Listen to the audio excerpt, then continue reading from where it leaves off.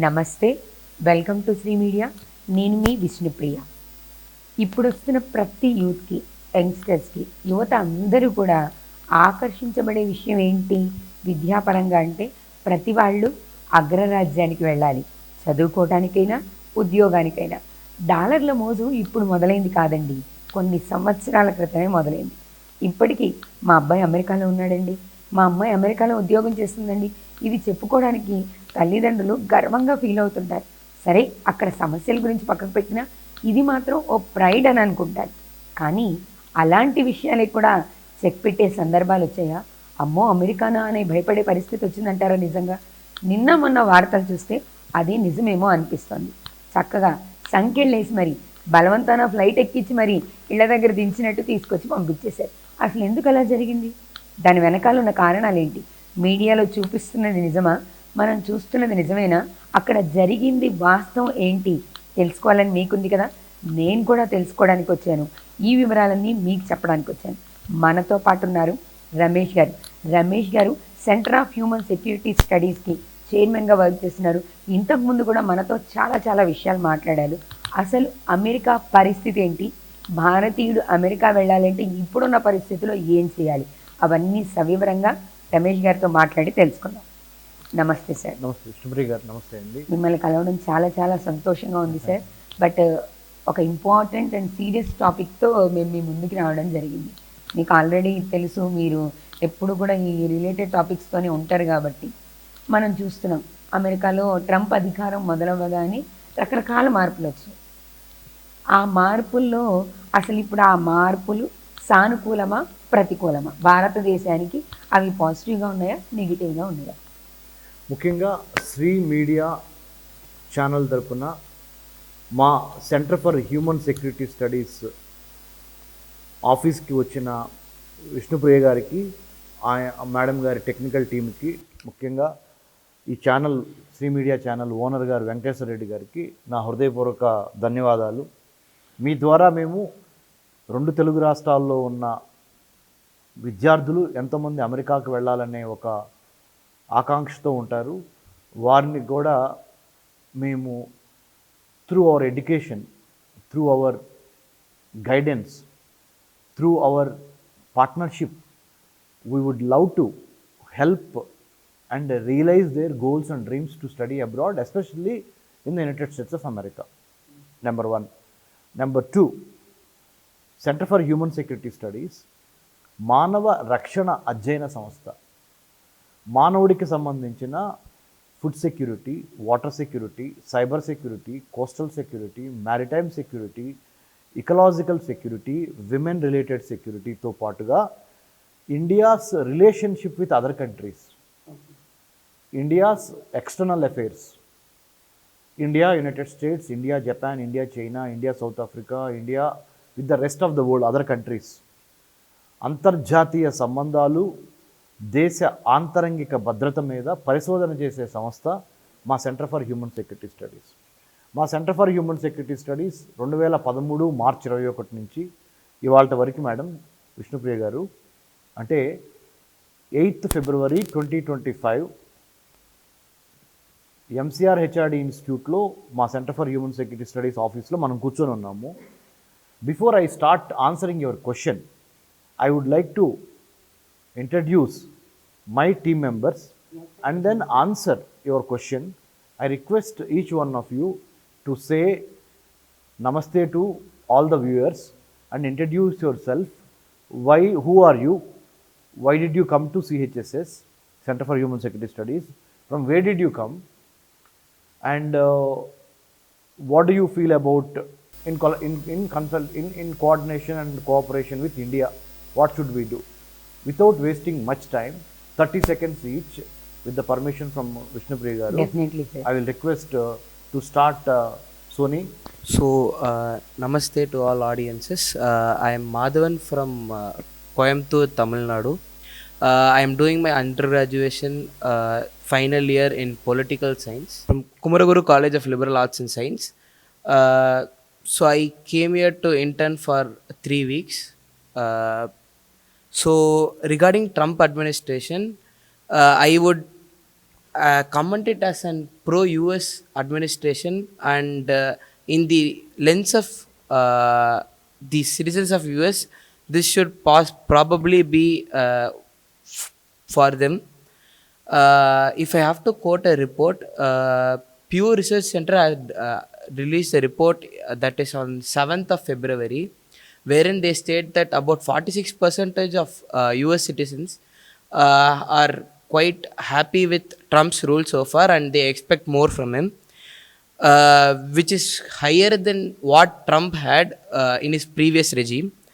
And this is highest for any president in the last 15 years. ఆ, అందరికీ నమస్కారం.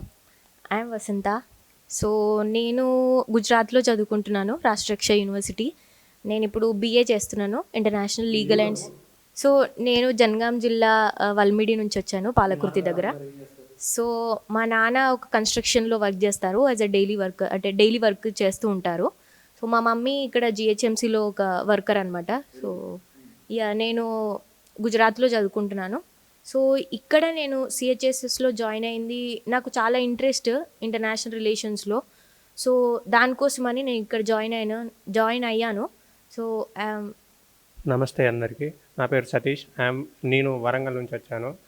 నేను రాష్ట్రీయ రక్షా యూనివర్సిటీలో 4వ సంవత్సరం చదువుతున్నాను, BA international legal and security స్టడీస్లో. నేను ఇక్కడ 2 months ఇంటర్న్షిప్ చేయడానికి వచ్చాను. నేను సిహెచ్ఎస్ఎస్లో సెంటర్ ఫర్ హ్యూమన్ సెక్యూరిటీ స్టడీస్లో ఇంటర్న్షిప్ చేయడానికి వచ్చాను ఫర్ 2 months. అందరికీ నమస్తే, నా పేరు పవిత్ర. నేను విజయవాడ నుంచి వచ్చాను.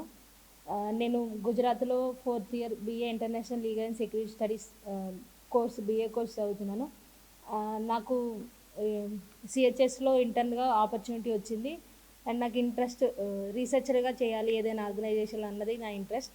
నేను ఇక్కడ 2 months ఇంటర్న్షిప్ చేయడానికి వచ్చాను. Namaste. Myself, I am Sri Lakshmi Prasanna from Peddapalli district. Currently, I am pursuing BA International Legal and Security Studies at Rashtriya Raksha University. Currently, I joined as a new intern with Center for Human Security Studies. I am feeling so proud and happy to sit with these organizations. And regarding to the Trump administration and the decisions which he took, I feeling it is little inhuman treatment which they have deported the people in Amritsar.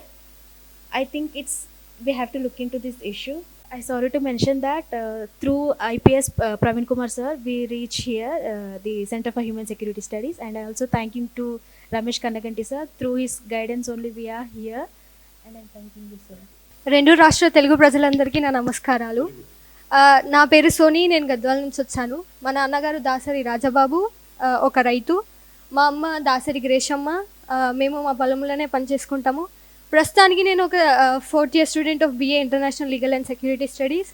నేను గుజరాత్లో చదువుతున్నాను, రాష్ట్రీయ రక్షా యూనివర్సిటీలో. So నేను ఇక్కడ centre for human security స్టడీస్లో ప్రజెంట్గా ఇంటర్న్గా చేస్తున్నాను 2 నెలలకి. So currently I'm under the guidance of doctor Ramesh Kannaganti గారు.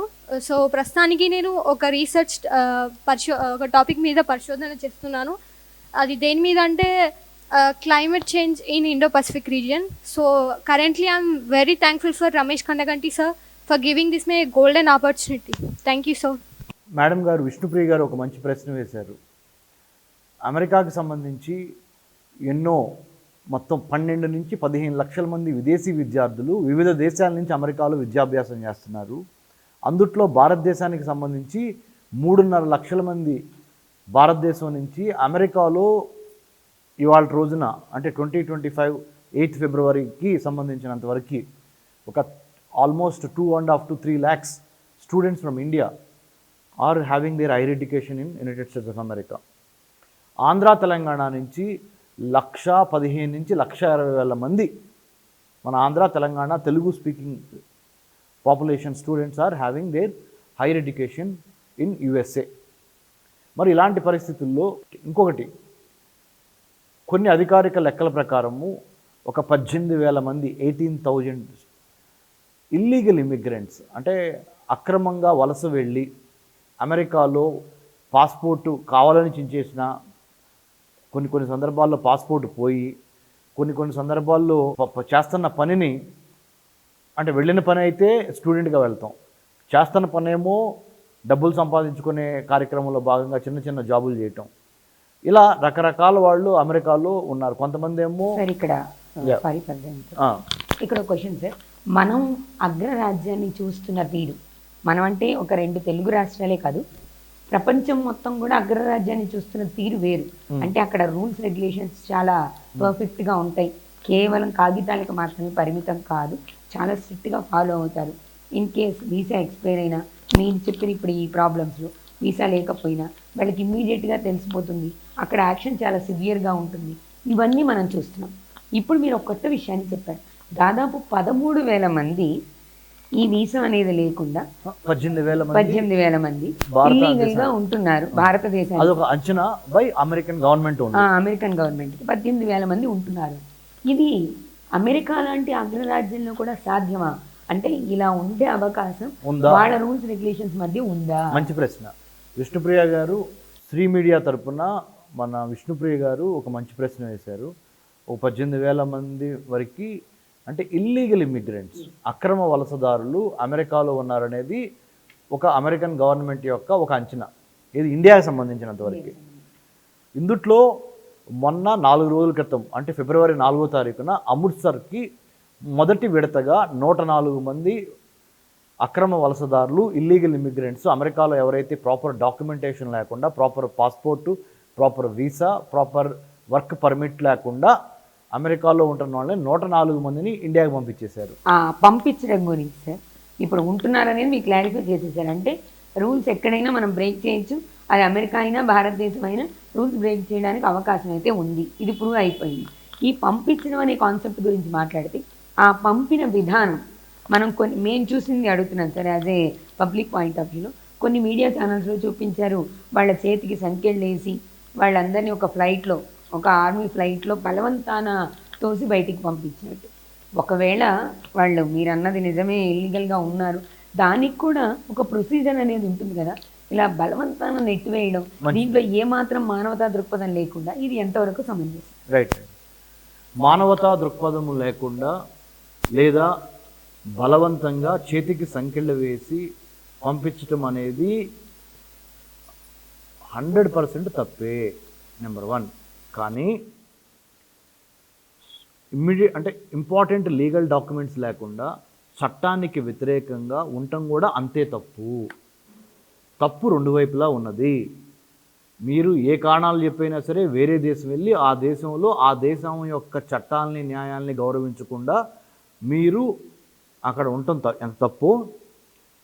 పంపించిన విధానము అంటే ఏ ప్రెసిడెంట్కైనా, ఏ ప్రైమ్ మినిస్టర్కైనా ఆ దేశంలో అక్రమ వలసదారులు ఉంటే పంపించే అధికారం ఉంటుంది, పంపించాల్సిన అవసరం కూడా ఉన్నది. ఎందుకు చెప్తున్నానంటే రేపొద్దున మన సువిశాల భారతదేశంలో మన ఇండియా మ్యాప్ చూడండి, ఒకసారి సెల్యూట్ కొట్టండి అమ్మ అందరూ ఇండియా మ్యాప్కి.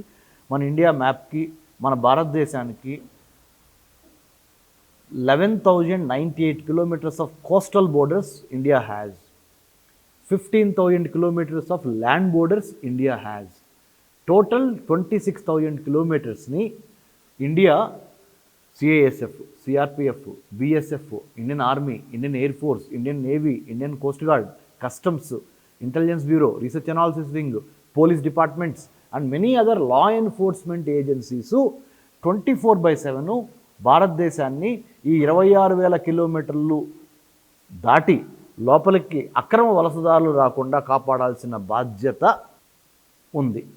మరి మన భారతదేశంలోకి చుట్టుపక్కల ఉన్న బంగ్లాదేశ్ నుంచి కానీ, పాకిస్తాన్ నుంచి కానీ, ఆఫ్ఘనిస్తాన్ నుంచి కానీ, లేకపోతే చైనా నుంచి కానీ, లేకపోతే శ్రీలంక నుంచి కానీ వచ్చి మన దేశంలో ఉండి ఇక్కడ మన అధికారిక లెక్కలకు అందకుండా, ఒకవేళ అందినా కానీ పేర్లు మార్చుకుంటా, అడ్రస్లు మార్చుకుంటా, ఇక్కడ ఉద్యోగం చేసుకుంటా కొంతమంది ఉండటం అనేది మనం చూస్తున్నాం.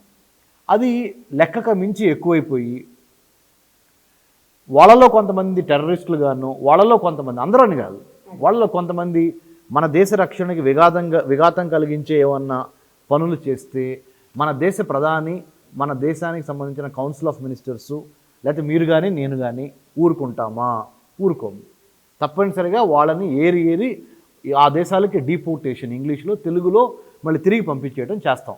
కానీ విష్ణుప్రియ గారు అడిగిన ప్రశ్న ఏంటి, పంపించడం తప్పుగా సార్, పంపించే విధానము తప్పు అంటున్నారు. దాన్ని నేను ఏకీభవిస్తున్నా మీతో 100% ఇన్హ్యూమన్గా, అంటే మానవత్వం మరిచి వాళ్ళు ఏదో యుద్ధ ఖైదీల్లాగానో, లేకపోతే దొంగల్లాగానో, లేకపోతే టెర్రరిస్టులాగానో 2 చేతులు 2 కాళ్ళు కట్టేసి ఒక ఫ్లైట్లో వేయటం అనేది మట్టికి తప్పే. పంపించిన విధానం తప్పు.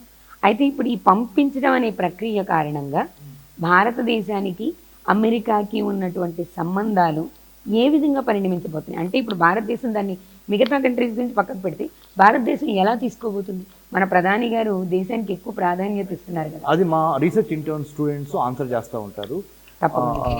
నేను వాళ్ళని రిక్వెస్ట్ చేస్తున్నాను టు ఆన్సర్ దిస్ క్వశ్చన్. అవసరమైతే మేడం గారు ఇంకోసారి క్వశ్చన్ అడుగుతారు. ప్రస్తుతానికైతే ఇంకా ఏం అంటే కంప్లీట్ డెసిషన్ ఏం లేదు. సో మనం ఫ్యూచర్ కూడా ప్రిడిక్ట్ చేయలేము, ఎందుకంటే యుఎస్ అనేది చాలా పెద్ద కంట్రీ అండ్ ఇండియా ఒక్కటి యుఎస్ తోటి పోటీ చేస్తుందని నేను అనుకోవట్లేదు. ఎందుకంటే మనకి ఆల్రెడీ చైనా తోటి బ్యాడ్ రిలేషన్స్ ఉన్నాయి. సో ఇండియా ఆబ్వియస్లీగా యుఎస్ తోటి అయితే బ్యాడ్గా అంటే ఎనీ నెగిటివ్ రిలేషన్స్ అయితే పెట్టుకోదు అండ్ ఎనీ ఫ్యూచర్గా కాన్ఫ్లిక్ట్స్ వచ్చే ఛాన్స్ కూడా లేదు. సో ప్రస్తుతానికైతే ఇండియా అంటే ఈ ఒక్క పాయింట్ వాళ్ళని ఎలా డిబోట్ చేశారని ఇది పక్కన పెడితే మిగతా అన్నీ మనకి యుఎస్ తోటి అన్నీ క్లియర్గా ఉన్నాయి. సో ఇల్లీగల్గా ఉన్నారు కాబట్టి వాళ్ళని మన ఇండియాకి మళ్ళీ డిపోర్ట్ చేశారు. సో ప్రస్తుతానికైతే ఏం బ్యాడ్ రిలేషన్స్ కానీ ఇంకా ఫ్యూచర్గా నెగిటివ్ రిలేషన్స్ కానీ యుఎస్ తోటి ఉండవు. ఏ విధంగానూ హార్ష్గా బిహేవ్ చేసే అంత ప్రయత్నం అయితే ఇప్పుడు ప్రస్తుతానికి భారతదేశం చేయదు. చేయదు. Okay, thank you.